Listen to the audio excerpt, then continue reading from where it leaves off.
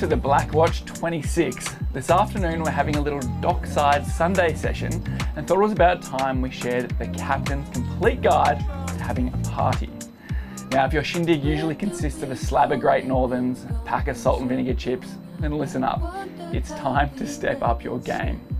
When it comes to hosting at sea, or anywhere else for that matter, there are 10 things we like to keep in mind. So number 1, you need to have a solid guest list. Don't be too strict and keep it loose with the invites. Having a diverse crew means conversation will flow easily and you won't be stuck telling the same stories over and over. However, don't invite too many wildcard pirates or you'll risk sinking the party, or worse, the ship. Now number 2, have a theme. Although it can be hard to get everyone on board with a party theme, when everyone starts arriving in funny outfits, it kicks off the night in good spirits. Commit to the costume. Some of the captain's favourites include Under the Sea, Pirates, Island Life, and Disco. And where did I leave those gold chains of mine? Number 3, keep it cool. Having a bulk supply of ice is critical to the success of the party. Ever tried drinking a warm IPA? It tastes like stale piss. Ice is also vital if you plan on busting out the blender and whipping up some cocktails. Also, don't expect everyone to come with cold drinks either. Have plenty of fridge space and empty eskies awaiting your guest's arrival. Number 4, backup booze. Every good Aussie knows to BYO whenever they head to a party. However, it's always a good idea to have a couple of spare cases of beer and a bottle of vodka stashed away, just in case your shindig kicks into the 7th gear. Number 5, do not let them starve. Food can make or break a party. Too little and you'll have a mutiny on your hands. Too much and you'll send everyone to sleep. A grazing board with cured meats, cheeses and fruit is always a crowd favourite. Number 6, low light. Having harsh downlight white LEDs is an instant vibe killer. Keep your lights warm, moody and low so people can get crazy without the spotlight being on them. Number 7, fun lights. For extra party mojo, bring aboard some multicolour spinning globes and dangle some festoon lights. For even more craziness, throw in a laser and a smoke machine. Just don't blow a fuse or drain your boat's batteries. Number 8, thrill or chill. Always have 2 areas set up, one as a dance floor and another as a chill out zone. On boats, waterproof bean bags are epic for making comfy little zones. Number 9, tunes. Most importantly, make sure you've got an epic playlist to give that party atmosphere. Don't let your mate's cousin Damien hook into the Bluetooth speaker and play his favourite death metal band. It's an instant party killer. You can actually search for the Captain's Party playlist on Spotify and we'll hook you up with our top 20 tracks. Last but not least, number 10, clean sound. There is nothing worse than going to a party where everyone's huddled around a tiny, crackling Bluetooth speaker. Make sure you've got loud, clean audio to drown out all of those horrible singing voices. Now, for the Black Watch, that's where Derek Rodway came in. The original system on this boat was an ancient Clarion head deck with 2 rusted out speakers on the flybridge. They looked about a decade past their expiry date. So it was time to get on the blower to Derek from Roswell, Australia. My name's Derek Rodway and I play with boats for a living. Basically been involved with Roswell since 2012. So what makes a good speaker and sound system? A good speaker is a speaker which is going to hold sound and give you crisp highs, good mid-range, whatever it's designed to do, it's going to deliver that. But it's not just about the sound quality, it's the products that have gone in to build the speaker. You want that speaker to be durable and to last. So Roswell, certainly in the last 10 years, has done a lot of R&D work in building their products to be super resilient in saltwater environments like where we are here and where this boat's going to be spending its time. A good sound system is going to give you balance, it's going to give you those crisp highs, it's going to deliver that mid-range volume, and it's going to support that whole sound experience with really good bassline as well. Well, I don't know if Jack rang me or I rang Jack. I think I probably rang Jack. We're talking about some products and stuff like that. We got talking about this new Black Watch project, and then the game plan was just to have a couple of speakers, just have a bit of music playing when they were out fishing, and then we rocked on up, and after a short period we ended up with a fairly thorough sound system which involves zoning with the helm, the dance floor back here, and obviously the cabin area. So I think we've ended up with a pretty phenomenal sound system, probably overpowering for the boat that it is.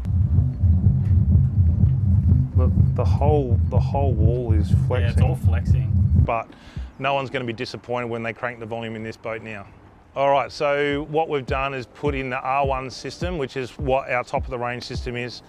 It's our most powerful speakers, most durable speakers as well. So we've got 8-inch speakers in the cabin. Now the 8 inches, we went for those because there wasn't really any room to put a subwoofer in the cabin. The 8 inches, because of the size of the woofer in the speaker, delivers enough bassline to make the speakers sound amazing on their own. So the captain guys were a bit concerned about mounting the cabin speakers in the bulkhead of the anchor well, just because it's obviously exposed to a lot of salt and water coming in off the chain and the rope bringing the anchor in. But the way the speakers are designed, they're designed to cop that salt. They're designed to last in that blue water environment. So it's certainly no issue at all with the speakers fitted to an anchor well bulkhead, which we've done so many times at the shop now. The smaller trailer boats don't often give you many locations to mount a speaker, but that bulkhead is typically always there in some way, shape or form, and yeah, we haven't had any issues. The speakers are designed to be able to handle that impact. Up in the helm, we went 8s just because we could. We could fit them in. With 6s would have been more than enough, but we squeezed in the 8s just, and I think they're rewarding the effort we went to with that. In the dance floor here, or the fishing area here, we've got our 10-inch sub powered up with a pair of 6.5s, which gives a real nice crossover of frequency range there.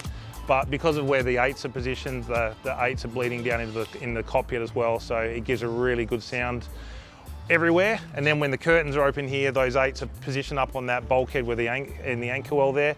They're just throwing straight through the boat all the way to the back here as well. So back here, you're copping a full earful, that's for sure. Amplifiers are designed to make the speaker do exactly what it's meant to do. So a speaker isn't just something that receives whatever signal in and it just plays whatever. A speaker will have a sweet spot of where the frequency range is designed to hold. So an amplifier will take your signal, allow you to adjust the crossover to get your frequency bang on where it needs to be, and then it'll allow you to control the gain, which is the volume. So it's a balancing act. If you have more gain, you're going to have less bass. If you have less gain, you can put more bass into the speaker. So like the conversation I just had with you before, do you want your helm to be loud or do you want it to be bassy? And having that conversation, that's what the amplifier allows you to do. The biggest challenge was trying to find a home for the speakers. And it's all good and well to find a flat piece of fiberglass we can drill it into. It's what's behind there, and then how do you get the speaker cables there? In the situation with the R1 speakers, it's not just speaker cables, but we're running a full RGB lighting system. So you're running your speaker cable, then you're running quad core wiring through to be able to power the lights as well. So in some boats, when they're built, they're constructed, a lot of the wiring will run before the deck's joined to the hull, and it's really easy for them to run everything, then they just join it and don't think about it after that. We come along and we've got to try and unpiece all the stitching or the lining or whatever it might be, cushions, and see if there's any small channels anywhere we can run that wiring. And so with this boat, we definitely had some challenges along the starboard side here to try and work out how we can get the wiring, especially down to the front bulkhead where the cabin, where the anchor well is. But we managed to pull that off, and luckily there was already a couple of little string wires put through up into the helm, which got the wiring up there as well. So it's just a matter of problem solving when you're faced with it right in front of you. So tuning's a fun part. We've got all the speakers in play now, the amps are mounted, and you kind of undo some of the work you've done when it comes to tuning. So we'd like to separate out and work on a pair of speakers at a time, and you work on the sub on its own, and it's a matter of getting that balance right between the volume that you want out of that speaker and then how much bass is being allowed through into that speaker as well. So there's certain features on the amplifier which allow us to make that all come together. So today's all about separating it all, tuning each individual speaker as it is, put it all back together, and it should sound absolutely amazing at the end. The best tip I can say for a banging audio is not just a sub, it's about the balance. If you want the sound system to sound good, you need to have that balance. So if you can't afford to have a subwoofer in the boat and an amplified system, you can make that happen with a simple head deck to the speakers. It's just the way that head deck's set up. You just need to have the balance. You can't just have all these highs because it sounds washed out. If you don't deliver the highs and you've just got mid-range, it just doesn't sound right. It just sounds like it just doesn't sound right to your ears. As long as you've got balance in the way it's coming through, you've got lows, you've got mids and you've got highs, it's always going to sound pretty good. But if you have got that extra spare bit of money, when you deliver a proper sound system with the subwoofer in particular in there, you will know the difference and you're never going to be disappointed when you turn the music up. So you've heard from Derek about the system, but I'll give you an actual walkthrough on everything we've got in here. Originally we were running a side box, which means the music was connected directly from our phone to the Bluetooth. There was no need for a head deck, but Roswell has since released this digital media receiver. so we can actually have different zones. So different audio levels on the flybridge and different audio levels down here in the cabin or in the cockpit. And you can also see your tracks on the screen here and adjust it, the volume here too, which is super cool. So in total, the system is 6 speakers, 1 sub, 2 amps, a head unit, and that's not all. This is the RGB controller, which is pretty cool. You can sync the lights in the speakers up to the music. You can get them to do all different colors just by moving your finger around here, changing the brightness, the tempo. This is the party right here.